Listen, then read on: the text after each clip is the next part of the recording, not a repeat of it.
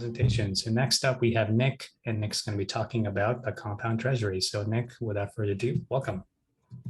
Hey guys, thank you for having me here. Let me go ahead and just share my screen. Right.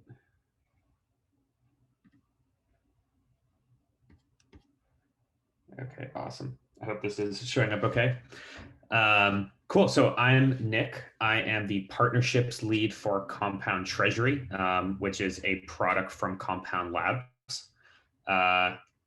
Give me 1 second. I might have shared the wrong one.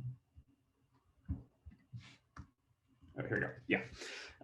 So today I'll be giving an overview of Compound Treasury. I want to start with just a little bit of Compound Protocol background, which I'm sure most people here are familiar with, but just kind of frame how we went from the Compound Protocol itself to the Treasury offering, and then dive into a little bit of the risks and considerations that a number of more traditional financial firms are thinking about when they want to participate in DeFi.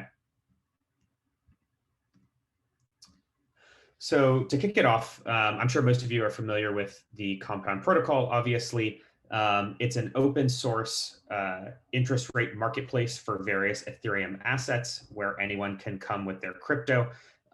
We've seen, I think, the most popular use case in Compound's lifetime has been these trading firms and hedge funds who are supplying volatile assets like Bitcoin and Ethereum, and then borrowing stable assets like USDC, DAI, or Tether. And what that produces is this pretty high interest rate on stablecoins that's been integrated into a number of different applications, projects, exchanges, custodians, and has been pretty successful. The Compound Protocol itself will always remain open and freely accessible. And we're sort of building Treasury as a premium service on top. So under the hood, as most people are probably familiar, users are supplying assets into liquidity pools, unlike traditional lending where they're matching sort of various suppliers and borrowers based on shared terms. And the over-collateralization presents a new type of risk profile, I think, than most traditional investors are used to, since all borrowing is over-collateralized and the health of someone's principal essentially depends on the automatic liquidation mechanism. So that's sort of a key part in when we talk to folks who aren't familiar with DeFi, is getting them comfortable with the fact that if someone borrows close to more than what they've supplied, that this open ecosystem of liquidators will come in and keep the protocol solvent. Interest rates are simply determined by supply and demand for borrowing of each asset in the pool. And this presents both benefits and drawbacks to different parties. People like the floating interest rate because they don't need to be matched on a fixed rate with a borrower. But there are other sort of financial firms who have a lot of interest in locking in a fixed rate so that they can more easily plan around future products or releases. A little bit on what the protocol has done so far. So there's been over 160 and probably at this point closer to $180 billion worth of assets supplied, probably closer to $60 billion worth of assets borrowed, over 300,000 active users. And a lot of crypto native institutions have integrated the protocol. Exchanges like Binance, OKX, OKCoin, projects like Ledger or Argent or Fireblocks have all integrated the protocol to launch different types of earn or save features. And so for the first 3 years or so of the protocol's existence, this was a major focus of the community, is how can we expand Compound's interest rate markets natively into these various different avenues for liquidity. Just a little bit more on our team. So we are Compound Labs, obviously. The team is distributed, was originally based in San Francisco.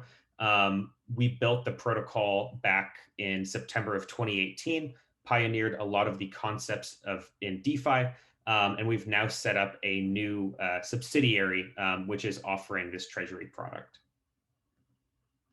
So when we think about the transition from the Compound protocol to Compound Treasury, the genesis from it came from these existing financial firms who are interested in accessing the high rates in DeFi, but didn't want to deal with the operational complexity of converting their fiat into crypto, managing their private keys, paying for custody, and setting up all the kind of different service providers they would need in the backend to access these high rates that exist on stablecoins.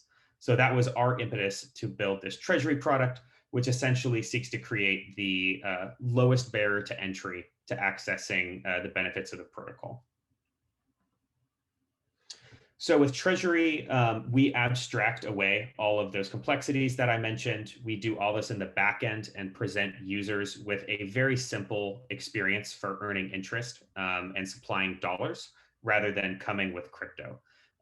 We think over time, this will bring more institutions into DeFi, sort of starting with a limited offering. And then as they get more comfortable with the protocol mechanics and maybe other types of protocols on Ethereum and other chains, they'll want to dip their toes a little deeper. But with Treasury, we simply offer 4% on cash balances. We do all the conversions for our customers using different service providers like Fireblocks, who's our partner in this offering.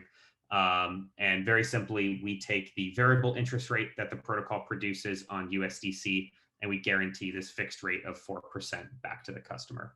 And you can see a little bit of what that interface looks like.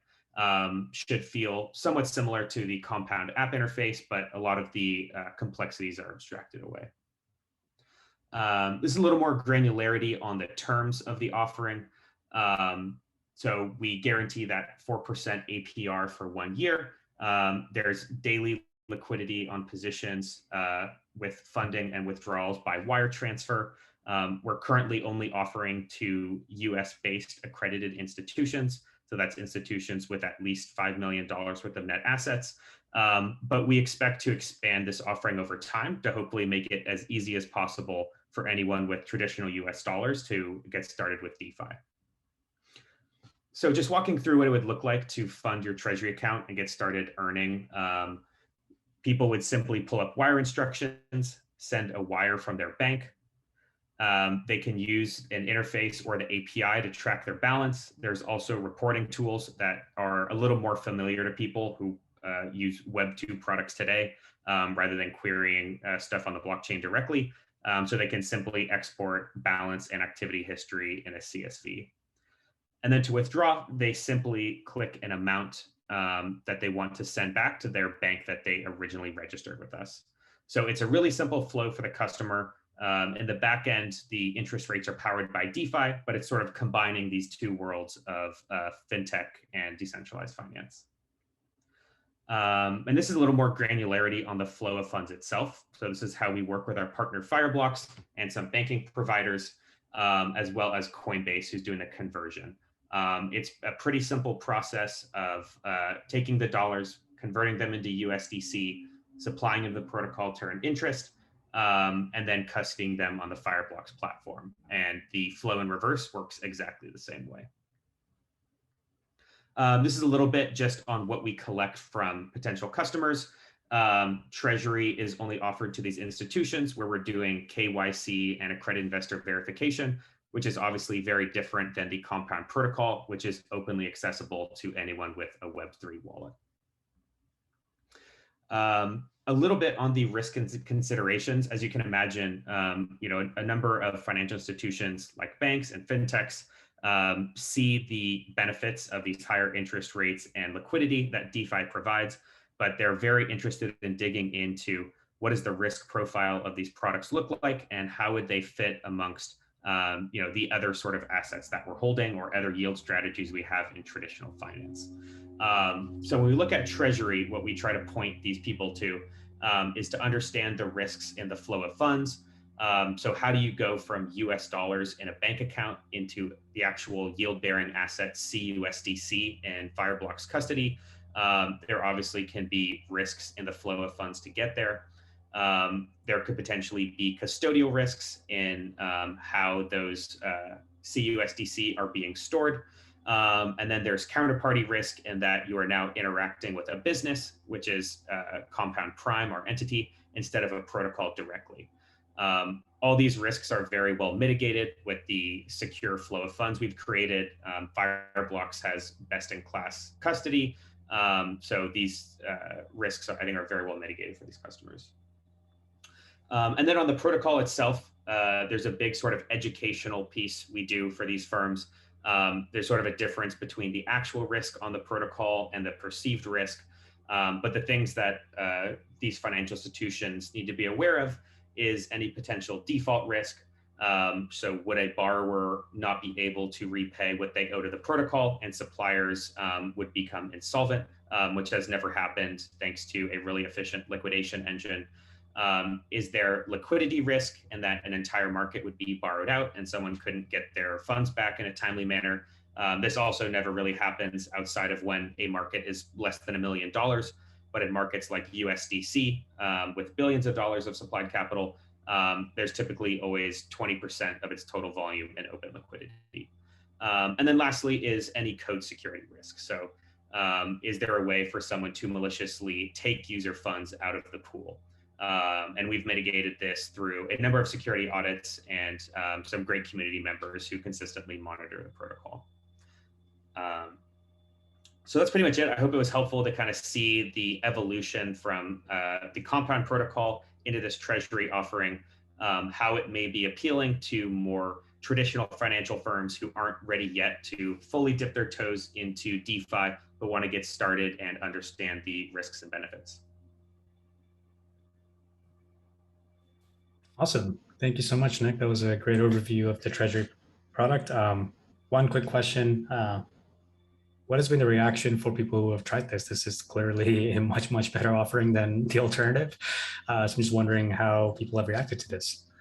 Yeah, I mean, we have a few customers onboarded today. They all really enjoy the experience. They sort of see it as an educational tool, right? So they're earning, more than they would usually. They're also just getting more involved in the Compound ecosystem. We've seen them, it kind of serve as like a gateway drug into DeFi, right? It's very simple to get started, but then you start learning more about the processes underneath, and we think it'll really just open up the floodgates to institutional capital in the space. Oh, that makes a lot of sense. So hopefully we'll have a lot more people switching over, and we get to see more DeFi companies or just crypto companies use this as a treasury product. So thanks for that. And